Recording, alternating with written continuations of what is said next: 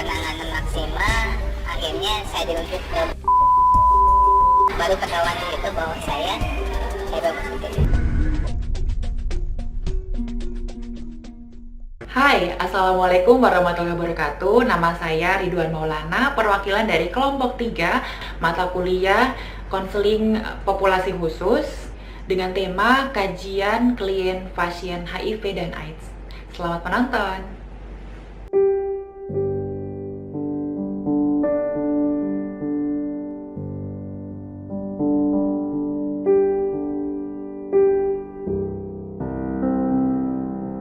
Beginilah reaksi dari banyaknya masyarakat yang memandang pasien Oda.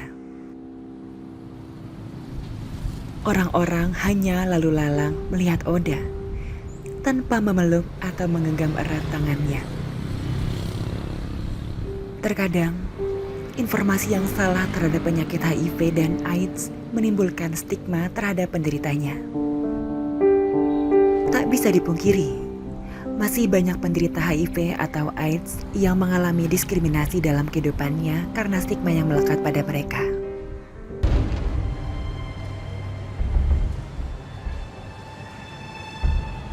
Mas, ini kenapa mas? Saya pengidap HIV, mas. Tapi saya nggak mau megang ya.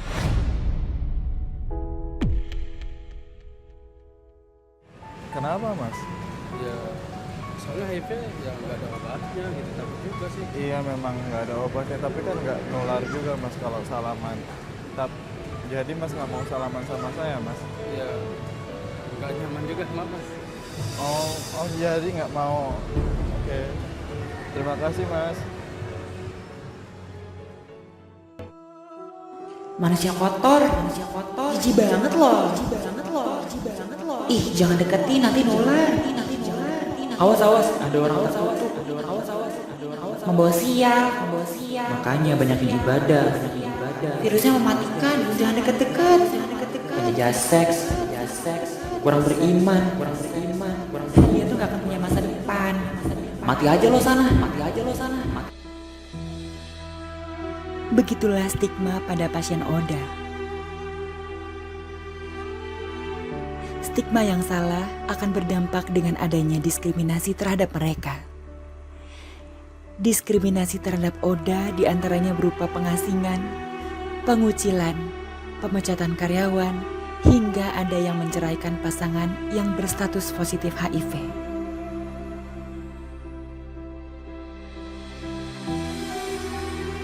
Stigma HIV atau AIDS masih berkembang. Hingga saat ini masih saja ada yang beranggapan bahwa HIV atau AIDS itu adalah penyakit kutukan yang menular dan berbahaya yang diidap oleh penjajah seks. Banyak masyarakat berpendapat bahwa HIV atau AIDS dapat ditularkan langsung melalui sentuhan langsung dengan pengidapnya.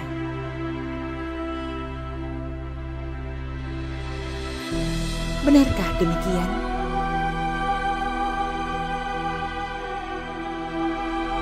Mari kita simak video selanjutnya. Siapa yang masih menganggap kalau virus HIV dan penyakit AIDS adalah sama? Perlu diketahui kalau keduanya memiliki arti yang berbeda. HIV atau Human Immunodeficiency Virus, yaitu virus yang menyerang sistem kekebalan tubuh manusia. Sedangkan AIDS adalah Acquired Immunodeficiency Syndrome, yaitu sekumpulan gejala penyakit akibat turunnya sistem kekebalan tubuh manusia yang diserang oleh virus HIV. Hal ini terjadi karena jumlah sel darah putih di dalam tubuh sangatlah rendah. Saat ini, belum ada obat untuk menyembuhkan HIV atau AIDS secara total. Dan satu-satunya cara mengetahui status HIV dengan cara tes darah khusus HIV. HIV dapat tertular lewat hubungan seksual, kontak dengan cairan tubuh, kontak darah, dan ASI. Perlu kita ketahui bersama bahwa HIV tidak menular melalui hubungan sosial biasa, tidak menular melalui udara atau air, tidak menular melalui serangga atau hewan peliharaan, tidak menular melalui air keringat, air mata, atau bahkan berbagi toilet, makanan, atau minuman bersama pasien ODA. HIV bekerja dengan melemahkan sistem kekebalan tubuh. Virus ini bekerja secara perlahan dan sulit untuk mendeteksi gejala awalnya, dan hanya dapat diketahui dengan tes laboratorium. Pada tahap awal, semua gejala yang hanya berupa demam, keringat malam, sariawan, dan dapat dibilang sama seperti gejala flu merupakan fase pertama dari infeksi HIV. Pada fase kedua, virus berkembang biak secara perlahan tanpa memberikan gejala sama sekali. Rata-rata, efek HIV berkembang menjadi AIDS. Selanjutnya, fase ketiga, di mana kekebalan tubuh sangat lemah sehingga kuman yang ada di sekitar kita dapat dengan mudah masuk ke dalam tubuh tanpa perlawanan. AIDS rata-rata terjadi setelah 10 tahun terinfeksi HIV. Obat antiretroviral sebagai pengobatan HIV tidak menyembuhkan penderita, namun mencegah pertumbuhan virus di dalam tubuh. Dengan terkontrol jumlah virus, maka sistem kekebalan tubuh akan terlindungi dan dapat menghindari perkembangan HIV menjadi AIDS.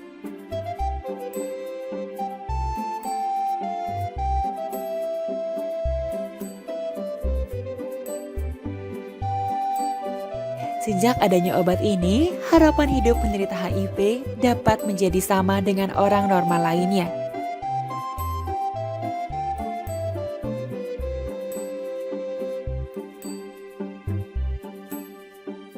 Jika mereka terdiagnosis tepat waktu serta mengikuti pengobatan dan kontrol yang teratur. Seperti salah satunya contoh pasien HIV yang kami temui berikut ini.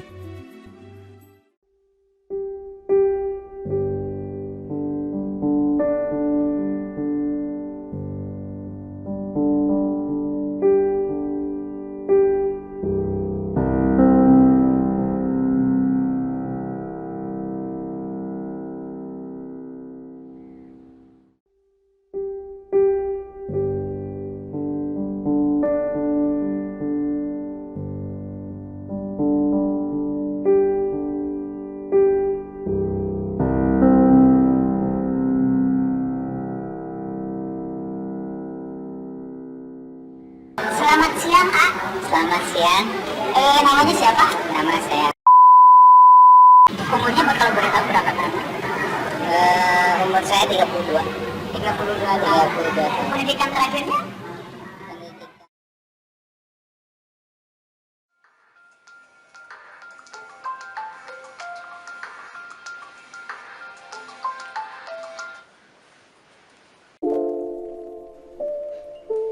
AG adalah seorang laki-laki yang berusia 32 tahun. AG adalah anak pertama dari 3 bersaudara. Adik pertamanya adalah seorang perempuan bernama AOS, seorang dosen pada salah satu perguruan tinggi yang ada di Bekasi.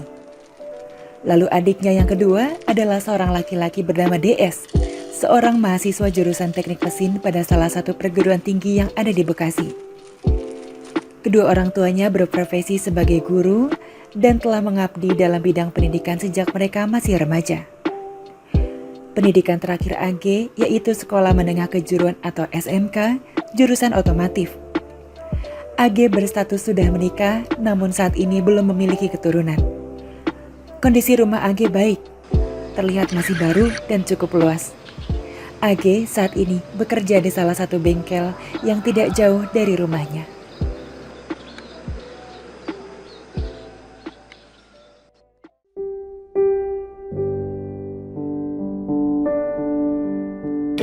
Juli 2008.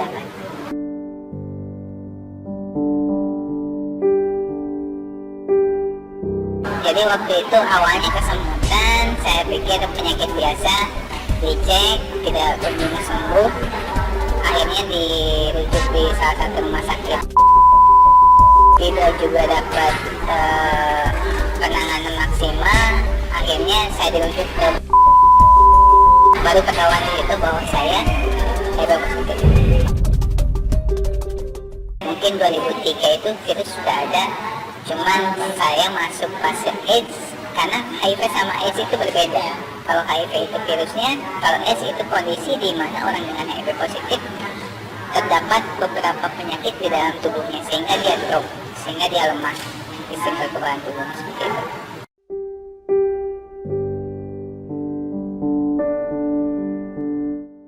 Kalau untuk awal-awal manusiawi ya, siapa sih yang mau sakit, siapa yang mau virus, siapa yang mau bakteri kan?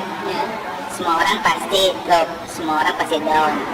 Tapi 3 hari sebetulnya saya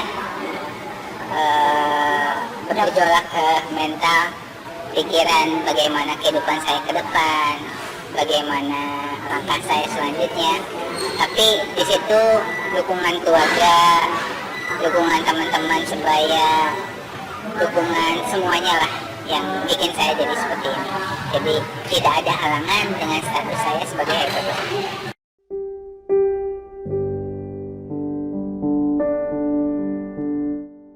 Kebetulan saya dulu basicnya pengguna narkoba jenis kutal, jadi pengguna narkoba jarum suntik. Waktu itu mungkin tidak seperti sekarang, jarumnya banyak yang steril, tersedia di mana-mana, puskesmas juga menyediakan. Kalau dulu jangankan minta, beli saja susah. Makanya biasanya kalau dulu saya pakai 1 jarum ber-3, ber-4. Di situ terjadi resiko penularan. Di situ saya tertular virus HIV seperti itu.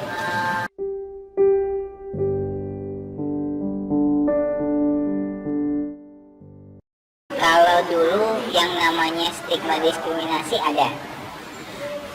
Jangankan di luar, yang kencang di dalam pun, di keluarga pun saya piring dipisahkan, gelas dipisahkan karena ketidaktahuan orang tua saya.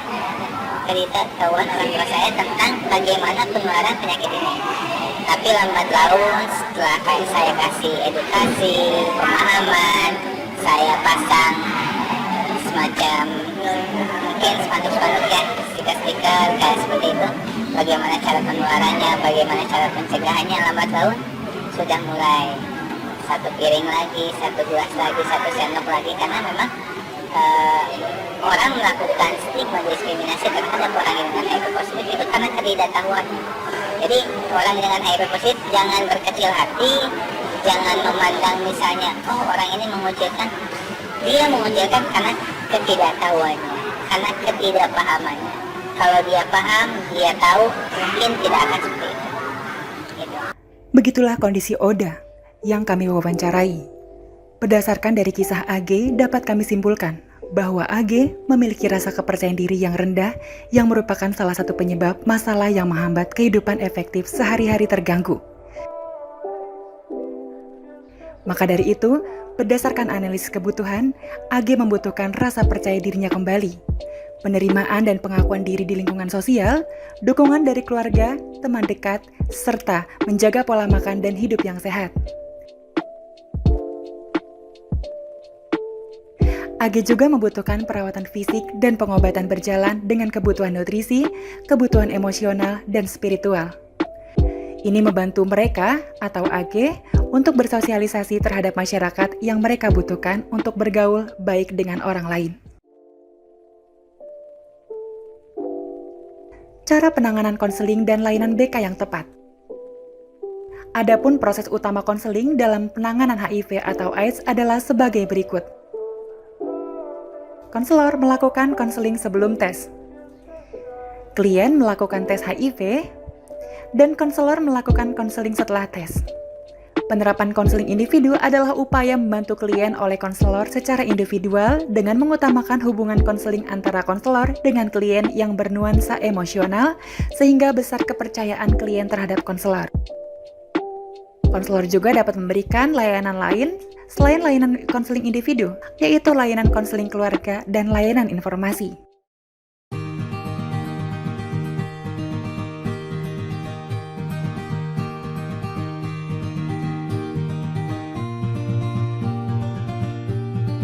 Insya Allah memberikan jalan sama kamu. Ya, Yang doa. penting kamu ikhlas.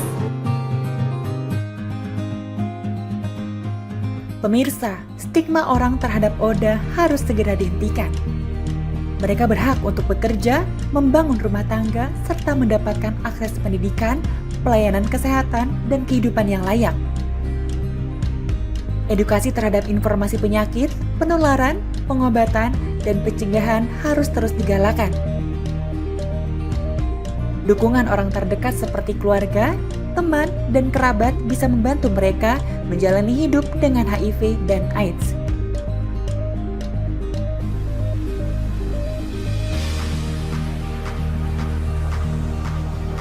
Nah, jadi Anda saat ini tidak perlu takut berdekatan dengan orang ODA ya.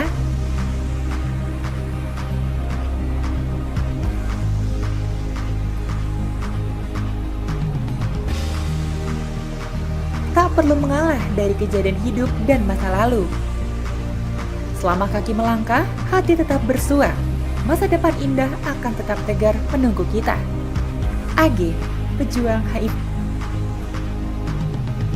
Demikianlah video singkat ini, kami harap kalian dapat teredukasi. Saya Ridwan Maulana, perwakilan kelompok 3, mengucapkan terima kasih sudah menonton video ini sampai habis. Wassalamualaikum warahmatullahi wabarakatuh.